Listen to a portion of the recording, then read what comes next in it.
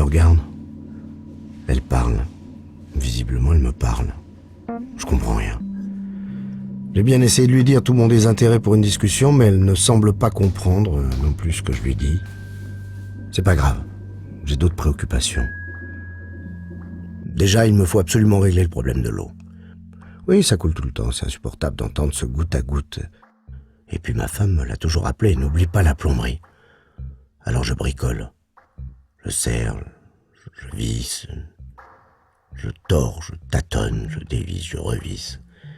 Mes mains valsent, mes doigts s'agitent et tricotent dans l'espace des formes invisibles aux autres. Je bricole à longueur de temps. Ce temps qui passe m'est singulièrement indifférent. Il n'y a plus de temps. Hier, je faisais quelques courses lorsque le téléphone sonne. L'hôpital m'annonce froidement que mon fils est aux urgences suite à un accident et qu'il est très mal en point. En franchissant sa chambre, je pénètre dans un nouveau monde. Il est dans le coma. Il n'en sortira plus. 10 ans. Pendant 10 ans, je suis allé le voir, lui parler, le cajoler, tenter de rire et m'interdire de pleurer près de lui pour qu'il n'entende pas mon désespoir. Il ne m'a pas entendu non plus lorsque je lui demandais de revenir. C'était notre seul enfant et ma femme ne s'en remet pas. Enfin, je crois. Je la vois plus depuis maintenant un grand nombre d'années, il me semble, mais je ne sais plus. Je ne sais plus. Il y a ce goutte à goutte qui m'irrite toujours. Je dois intervenir, il y a bien un moyen d'arrêter ça. Encore cette femme qui m'interpelle. À moins que ce soit une autre de ces femmes que je croise si souvent. En marchant, je me cogne dans un fauteuil. Qu'est-ce qu'il fait là? Hier, j'ai rencontré Sabine. Elle est si belle, si nature, si excitante. Une jolie petite brune. J'ai toujours aimé les brunes. On a décidé tout de suite de se marier, de faire des enfants. On s'est d'ailleurs mis au travail rapidement, l'attirance était si puissante. On est restés ensemble, comme ça, pourquoi pas. Mais c'était avant. Se lever, ça c'est dur. Le matin, on se lève comme on déroule une pâte à tarte trop humide, qui colle, mais qui résiste. Je ne me souviens pas si j'ai toujours ressenti ça. Non. Non. J'ai aimé me lever tôt. J'aime encore sortir sur mon balcon et humer l'air frais. Depuis combien de temps j'ai pas fait ça? Je devrais recommencer. Hier, je suis passé chez le pharmacien. En fait, c'est une pharmacienne. Et particulièrement, comment dit-on déjà? Ah oui, le mot me revient à corte, comme on dit entre mecs. Je la connais. Elle m'a souvent séduit, sa voix est un pouce au crime. Je ne parle évidemment pas de ses décolletés à rendre fou le premier bébé, un tant soit peu initié à la tétée. Moi, j'ai dû en être frustré, c'est terrible. Je dois me forcer pour ne pas y plonger un regard si indécent qu'un tribunal me condamnerait sur le champ. On a tous nos faiblesses. Pourquoi je pense à ça? Tiens, je connais cet homme. Je le croise régulièrement. Ses gestes semblent totalement déconnectés de son esprit. Je l'évite. Je l'évite toujours. Je ne tiens pas à avoir une discussion sans fin pour refaire un monde dont je me sens absent. Le sien. D'ailleurs, je me sens mieux tout seul. L'autre jour, j'ai revu Véronique. Elle ne change pas. J'ai souvent regretté de l'avoir lâchée bêtement. J'aime sa douceur. Son corps, bien sûr, mais surtout ce qui est fascinant chez elle. Sa gentillesse. Sans doute était-elle très amoureuse et je m'en veux de ne pas avoir été à la hauteur. L'ai-je aimée? Ai-je aimé? Elle m'a gentiment repoussé, surprise de ma relance 3 ans après. J'aurais pu l'épouser, je crois. J'étais si jeune. Qu'est-ce que je disais déjà? Elle me regarde, elle parle, visiblement elle me parle. Je ne comprends rien. J'ai bien essayé de lui dire que non, je la connais pas, mais elle ne semble pas comprendre. Hier, c'était l'incinération de Jules, mon fils. Mes larmes ne coulent pas. Je ne pense qu'à ce que ressent Sabine, ma femme. Elle s'est totalement retirée du monde. Elle devient transparente et je m'en veux de ne pas savoir la maintenir dans notre monde, la réconforter d'une manière ou d'une autre. Lui dire que si, je l'aime encore. Le ciment de nos vies s'est envolé, que reste-t-il? Jules. Mes larmes coulent aujourd'hui, mais pourquoi? Pourquoi si longtemps après? J'ai envie de crier. D'ailleurs, je crie, je hurle de douleur, mais personne ne comprend mon désespoir. Alors je me débats, je refuse de manger, de me vêtir, de me lever.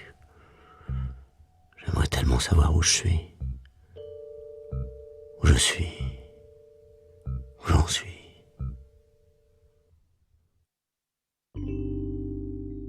Elle me regarde.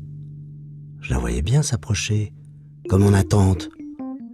Elle hurle aussi. Elle est comme moi en désespoir. Pourquoi? Elle me parle avec mes propres mots. Je sens une confiance installée bien que je ne comprenne pas ce qu'elle me dit. Je discerne un intérêt, une attention particulière. Je pense à ma femme. Elle savait bien me réconforter, me retrousser comme un vieux pull étriqué qui sort du lavage. Avec elle, j'accepte d'aller à table. Et je mange même tout seul. Je crois qu'elle a aimé que je lui dise merci. Ça valait la peine de faire l'effort. Maintenant, je suis seul, avec mes souvenirs. De la joie perce, mais bien souvent la nostalgie l'emporte. J'étais fort. J'étais fort. Hier, j'ai emmené Jules au parc avec son vélo à roulettes. Qu'est-ce qui me fait rire? Quand il lève les mains du guidon avec angoisse et fierté. Sabine? Je ne sais pas où elle est. En rentrant, des dizaines d'amis, de cousins, de parents sont là et hurlent « Surprise! Bon anniversaire !» Je feins l'étonnement et embrasse tendrement Sabine pour le mal qu'elle s'est donné. C'est ce soir-là qu'elle a fait sa fausse couche et que Jules est resté définitivement enfant unique. C'est hallucinant, on m'oblige à me dévêtir, pour je ne sais quelle raison, et avec brusquerie en plus. Je vise le tibia et tape de toutes mes forces pour montrer mon sérieux désaccord. J'ai déjà connu ça, je crois. Je ne m'en souviens plus. C'est si loin, si proche pourtant. J'appelle Sabine pour comprendre. Sabine? Ce prénom m'est si familier. Des années à le répéter, il ne s'est jamais usé. J'aime ses reflets doux et ses relents d'amour. Je crois qu'il te ressemble, ce prénom. Pourquoi je ne te trouve plus en rentrant à la maison derrière ton vieux bureau en pain massif? On l'a repeint au moins 5 fois, puis décapé pour lui conserver son aspect brut. Elle me dit que tu es au cimetière. De quel droit me dit-elle ça? Quelle cruauté! Comment la croire puisque je te sens là, si près de moi, si vivante? Plusieurs fois nous avons pensé nous séparer. Surtout qu'on a eu notre lot de galipettes chacun de notre côté. Surtout après Jules. Tu n'avais pas le droit de partir après lui. Avant moi. Elle me dit qu'il faut être raisonnable. C'est amusant, ce mot. Comme si la raison se commandait, comme si elle était sûre que je la comprenne d'ailleurs. Je n'ai pas lâché et elle repassera un autre jour. Aujourd'hui n'est pas un jour de douche. Et puis j'aime mieux l'autre, sa copine. Mais se connaissent-elles? Je me mélange avec tout ce blanc. Hier au boulot, nous avons rencontré un ex-premier ministre. Je m'empresse de le saluer, celui-là je l'aimais bien. Je mélange les temps. Je fuis les années qui se distordent au fil de mes souvenirs. Je parle de souvenirs comme si j'en avais fini, mais j'ai bien l'intention de continuer à vivre. Mais dans mon monde, les gens ont disparu. Il reste leur ombre qui me tiennent compagnie et me permettent de réécrire l'histoire. Mon histoire. Dans ce lieu impersonnel, je déambule sans fin. Elle me regarde, elle parle. Visiblement, elle me parle. Je ne comprends rien. J'ai bien essayé de lui dire que non, je ne la connais pas, mais elle ne semble pas comprendre. Je la suis quand même car elle semble vouloir m'aider. Cela tombe bien, j'ai faim. Le café me libère l'esprit, je ressens un vide et c'est bon. Je me réveille en sueur. Le lit est tout petit, c'est pas le mien. Je suis perdu l'espace d'un instant. Je crois me ressaisir et puis mon trouble s'amplifie. Ce maudit cauchemar! La nuit résonne de bruits inconnus. Je sais qu'il est là. Il m'attend. Il va me surprendre. Je me force à rester éveillé. Je ne veux pas casser les pieds à mes parents une fois de plus. Ils se lèvent super tôt pour le boulot. Mais lui, il est là derrière la porte. Je sais que la lame gigantesque qu'il tient dans sa main va encore me transpercer le cœur et que la douleur est insoutenable. Je le sais, il va venir si je m'endors. C'est fatal. Je me réveille en sueur et j'en pleure tellement c'est violent et persistant, tellement j'ai honte aussi quand je reprends conscience. Je le croyais enfoui au fond de moi depuis bien longtemps, ce maudit rêve. Pourquoi ressurgit-il ainsi? Et où suis-je? Tiens, un regard qu'il me semble reconnaître. Il est doux et enclin à la compréhension. Je vais bien m'entendre avec ce regard qui capte toute mon attention. J'entends les questions, je devrais dire des questions. Et des réponses aussi, car elles semblent comprendre mes gestes et les quelques onomatopées que je prononce. Ma mère, une brave femme, intelligente et toujours à l'affût des émotions des autres, prête à venir te secourir même quand justement tu n'en veux pas de cette aide.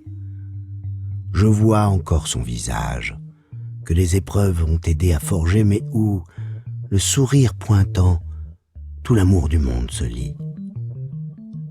J'ai gagné une vie de sérénité grâce à ce visage. Ma mère t'appréciait et te jalousait de mon amour. Quand je suis parti de chez moi, encore adolescent, j'étais persuadé que mon avenir serait radieux. Avec mon père, ils avaient su m'apprendre à mordre dans la poussière et à aimer ça. Je ne sais pas comment ils l'ont fait, mais ma gratitude leur est éternelle. J'ai bien vécu.